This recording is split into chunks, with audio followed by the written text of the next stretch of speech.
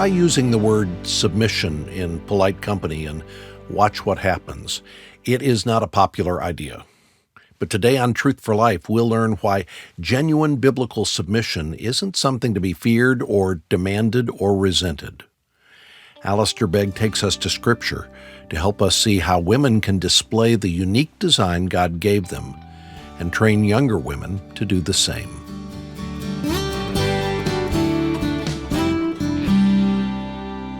Tell you what, if you put your finger in Titus and also in 1 Peter 3, then you'll be ready for action. All right, 1 Peter 3, you will see if you have the Bible that it's got a heading there, wives and husbands. And there's only one verse given to the husbands, it's verse 7. It's a really heavy-duty verse, though you should be considerate as you live with your wives and treat them with respect as the weaker partner. That doesn't mean the inferior partner. It just means that constitutionally God has given this protective responsibility to the husband. In the purposes of God, we are supposed to step up and exercise some kind of umbrella care for our wives as heirs with us together of the precious gift of life. We're absolutely equal before God. We're heirs together of the grace of life, and our partnership in the gospel is not confused in any way by the fact that God has entrusted in our oneness the responsibility of leadership to the man and the responsibility of submission to the wife. The fact that God the Father is over Christ, and that Christ submits to God the Father, and that the Spirit submits to God the Son, in no way is expressive of any sense of inferiority. Every part of the Trinity, every member of the Trinity is co-equal and co-eternal. And the role that is exercised by Christ is exercised out of a sense of God-ordained submission within the framework of the Father's headship. And in the same way, the lady is to function in such a fashion so as to have an impact within the family framework. The picture that is in mind here is clearly one in which the husband is an unbeliever. And the question that Peter is addressing is that very practical question. If you have perhaps become a Christian and your husband hasn't, and you're living now within the framework of the home, what is to be done? And the answer that Peter gives here is that the impact is going to come not through your husband's ears, but through your husband's eyes. The responsibility that is entrusted to the wife is not to ensure that her husband hears what she believes, but that he sees how she behaves. And how will this then be shown? Well, first of all, he says, you can win them over without talk by their behavior. So let them see your behavior. What? Your purity, and the reverence of your lives. The contrasts are between the outward and the inward, between that which is externally attached and that which is internally produced, between that which is loud and that which is quiet, between changing styles and unfading beauty. And so he says, I want to tell you that your beauty shouldn't come from outward adornment, such as braided hair and the wearing of gold jewelry and fine clothes. Instead, it should be the inner self, the unfading beauty of a gentle and a quiet spirit. What is being proposed here is simply the important distinction that is so necessary in our culture as it was in his. The constant bombardment of a world that says, if your hair is like this, your jewelry is like that, your clothes are like this, and so on, then you have the potential for this, and there is a great opportunity for enslavement. Instead, says Peter, I don't think that is the plan for you. And if a mother models this, then the daughters can follow it. If she doesn't, then the daughters will largely do the same. I mean, just look around you. If a mother has any measure of impact on her children, then her girls will become like her. There is a great potential just for the copycat syndrome. And therefore, the impact is not simply the impact that comes from the wife to the husband, but it's the impact that comes from the wife to the child, and it's the impact that comes from the wife to the community. And so this picture of inner loveliness, as opposed to some kind of cosmetic, externalized, manufactured beauty.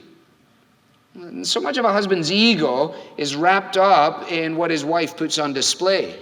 And often he buys things for his wife, not because he really is so phenomenally pleased for her to have them, but because he actually gets vicarious pleasure out of knowing she has them and knowing that when people see that she has them, it reflects upon him as the great provider, you see. And Peter says you need to resist all of that. And husbands are supposed to nurture their wives in such a way that wives will value the priceless jewelry of an unfading beauty and of a gentle and a quiet spirit. It's actually a supernatural quality that is cultivated in all kinds of personalities. So somebody may be very extrovert, but they possess the imperishable jewel of a gentle and a quiet spirit. Somebody else may be far more introverted, but the same thing comes through. It's a quality, it's a supernatural quality, it's a spirit-ordained thing that God manufactures and produces. It is nurtured and helped along the line by the way in which a woman thinks about herself and the way in which she deports herself and in the way in which she actually frames her whole external personae. Do your grandchildren look at your rings? Your granddaughters? Do they ever sit with you in the car, Grandma, and say, "What are you going to do with that bracelet?" Or do they ever just say stuff like, "I really, really like that ring that you had. Can I try that on?" And already, if you have more than 3 or 4 and more than 3 or 4 grandchildren in your mind without any morbid way, you've already earmarked some of them. You know that she likes that particular stone, and you've already made provision for that, and that's nice. But the best jewelry you can leave to your grandchildren, the most precious jewel that you can pass on down the heritage line, is the jewel of a gentle and a quiet spirit. Not always moaning and groaning at Grandpa. Every time I go to Grandpa's house, Grandma's always bugging him. She's always saying, nah. She's always giving him this. Poor old Grandpa, he just goes out and smokes just to get away from her. He doesn't even like smoking, but he smokes.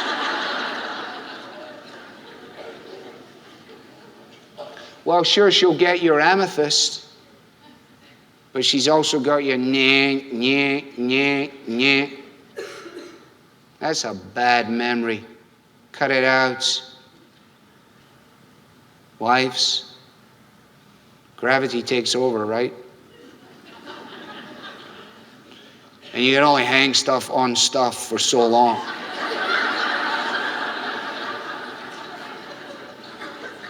So, this is very practical wisdom, isn't it? This one will stay with you right through. The imperishable jewel of a gentle and quiet spirit. Do what's right. In other words, do what the scriptures say. Don't give way to fear. What kind of fear? The fear of people saying, "Oh, you're such a wimpy wife. You ought to be more aggressive. You ought to stand up. You ought to do this. You ought to do that." No, don't be tyrannized by that, or by the evidences of the aging process, or captivated by the changing fashions of the day. This jewelry looks really good on wrinkles. This jewelry goes really well with compassionate eyes and an understanding heart. And ladies, there isn't anything you wouldn't trade for a husband who would love you the way Christ loved the church. You'd go without jewelry for the rest of your life, wouldn't you? And a husband, too, is going to benefit greatly. Not from the nagging, persistent preaching of his wife, but by her purity, by her reverence, by her unfading, gentle beauty. Teach what is in accord with sound doctrine, Titus, verse 1 of chapter 2. Teach the older men to be temperate, worthy of respect, self-controlled, sound in the faith, in love, and in endurance. Likewise, teach the older women to be reverent in the way they live, When they get a grip of that, then they can teach the younger women to love their husbands and children, to be self-controlled and pure, to be busy at home, to be kind, to be subject to their husbands, so that nobody will malign the word of God. Now, there are probably no more inflammatory words than these in this age of feminist activism. If ever there was a place for a woman, a young woman, to wrestle with the exhortation of Romans 12, as paraphrased by Phillips, don't let the world around you squeeze you into its own mold, it surely is in this realm here. And so the teaching that is supposed to take place, kalodidaskalos, the word in Greek doesn't refer to formal instruction. It rather refers to the advice and encouragement that women can give primarily within the framework of the home and by example. That is not to say that women do not have a posture in teaching in a more formalized classroom context. What is being emphasized is the way in which the older women, and if you are 24 and you're dealing with a 14-year-old, you fit the older woman category. You are on the receiving end on part, you're on the giving end on the other part. And what's supposed to be happening is that within the framework of the home, there is to be teaching going on. Now, this happens, I think, more by default than by design, but if it's not happening by default, then it would be good to put a little design into it. What will the package look like? What are the elements in this training program, in this apprenticeship? Well, first of all, they're to teach, train the younger women to love their husbands. Philandros. Andros is the man, phileo is to love, philandros. Doesn't that immediately seem incongruous? Now, why don't you come over to my house this evening, and at 8 o'clock, says the older lady, I'm going to give you a little training program on loving your husband. So I love my husband? That just comes naturally. I just love him. Well, we understand the love that is the sort of emergence of our emotions, but there is also a love which is the servant of our wills.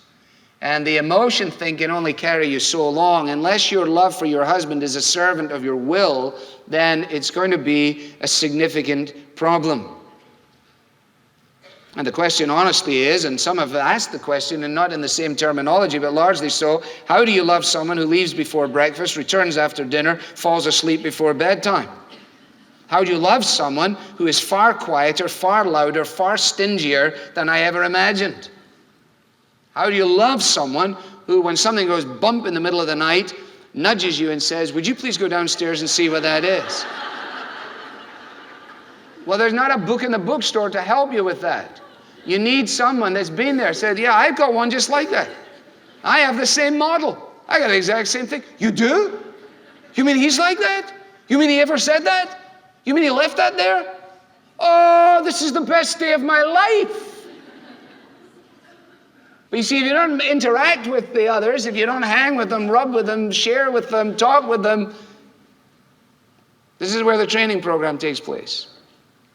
Secondly, and they're going to train you, we're going to train or be trained, not only to love our husbands, but to love our children. Philoteknos. Oh, there's no need for that, is there? After all, I'm sitting here, you say to yourself, just thinking of those adorable little bundles. Just thinking of my husband going insane with them right now. Thinking if there's a way that we can go to Starbucks when we leave here till at least 7 o'clock. Thinking if there's any possibility of a couple of other sessions, ad hoc sessions, anything that'll keep me away from those fiendish, adorable little creatures to which I must return. So in the middle of ironing, washing, cleaning, feeding, screaming, opening our lives to somebody who's just a little bit behind us or beside us on the journey, you'll be amazed what it will be. I actually think, frankly, if you put a thing in the bulletin that said, any lady that wants to do it said, you know, if you are under the age of X and you want to come over to my house on Tuesdays and Thursdays for an hour between such and such, just to sit on the couch, hang with me, sit at the kitchen table, ask me any question you want. Just sign this list. I tell you, you get a list longer than your arm. Because the assumption is that this is happening. It's not happening. It happens intermittently, but it doesn't really happen. And even mothers are not doing it with their children. Oh, I'm sorry, I checked my day timer, and we'll be gone from such and so. And but do tell little Jeremy that I send my best to him, and I put a little box together for him. To which the mother of little Jeremy wants to say to her mother, I'm going to put a little box together for you. One that'll fit you.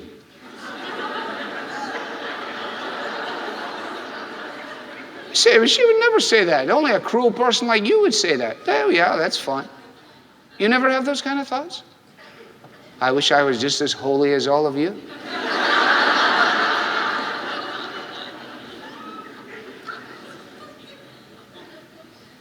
Third, self-controlled. Self-controlled. A necessary requirement, not exclusive to younger women. But it shouldn't be overlooked. A vital requirement for every practical wife and mother. Self-controlled in terms of eating, television watching, sleeping, planning, cooking, organizing, and so on. Self-controlled. It's part of the fruit of the Spirit. So, well, doesn't it just come? The Spirit promises it to us, but He uses means of grace. Somebody help us to be self-controlled.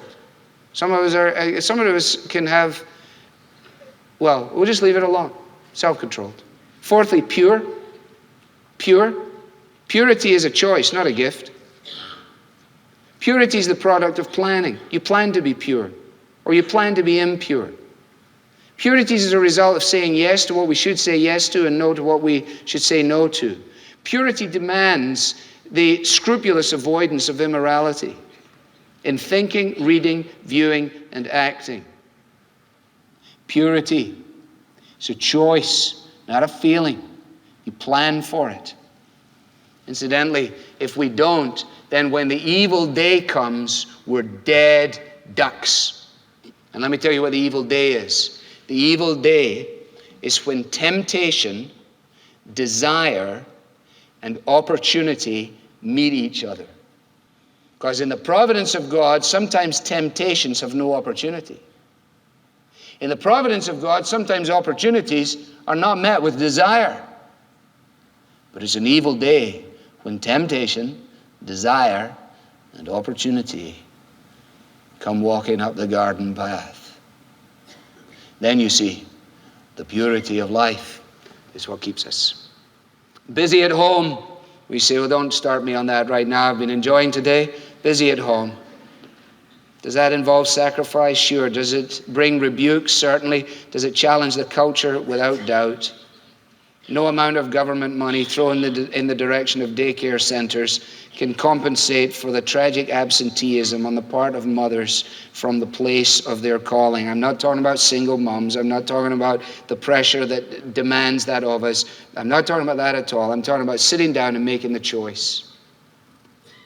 Choosing to expend all of that nervous energy, all of that physical force out there because apparently digging around in somebody's mouth as a dental hygienist allows you to go to the mall and say, well, yes, I'm a dental hygienist. Well, frankly, good for you. You can't go and say, well, I'm a stay-at-home mom and I'm looking after these guys. Is that all you do? Well, clearly, Fanny, you've never done it, because if you had, you wouldn't be asking, is that all you do?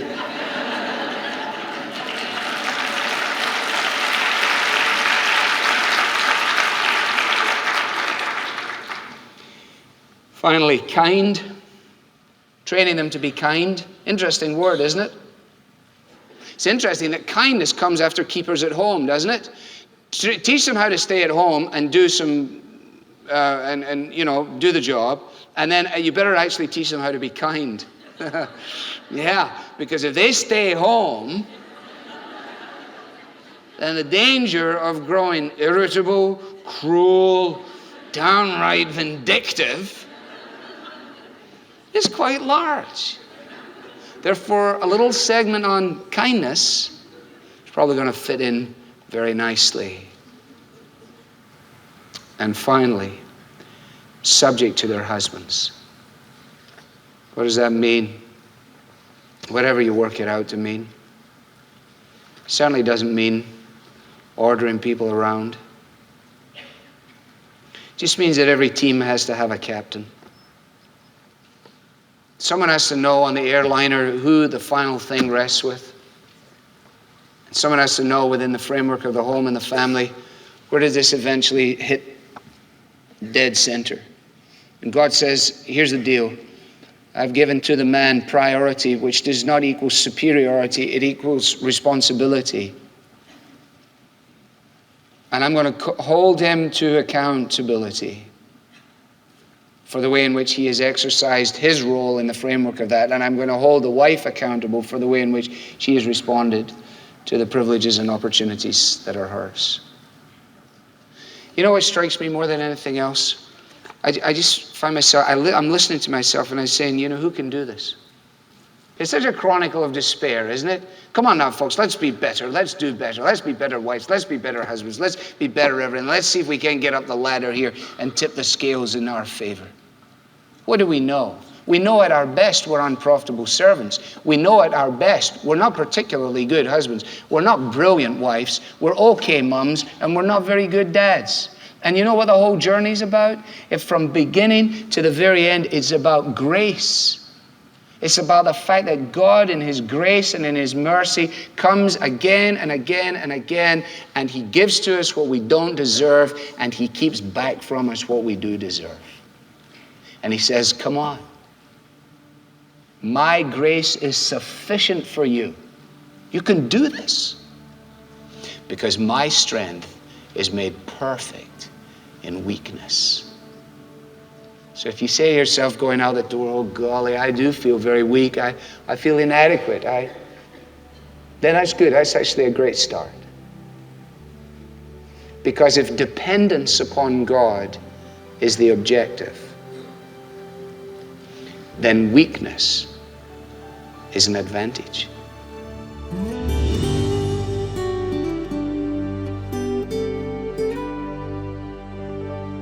That is Alistair Begg on Truth for Life with the final message in a series titled God's Design for Women. As you listen to this series, you probably noticed there is a sharp contrast between God's design for women and what we see in society today. If you'd like to continue studying what the Bible has to say about God's purpose for women, we want to recommend to you a book titled God and Women.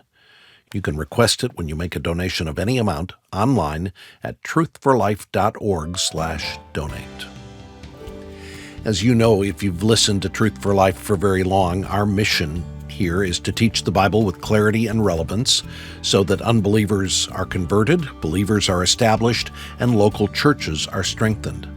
One of our goals is to encourage and equip pastors for the work of the gospel.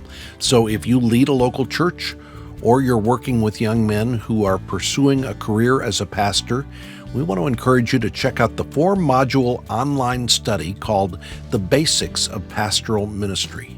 This is a collection of 30 sermons and lectures from Alistair that draw on his experience leading a congregation for more than 40 years.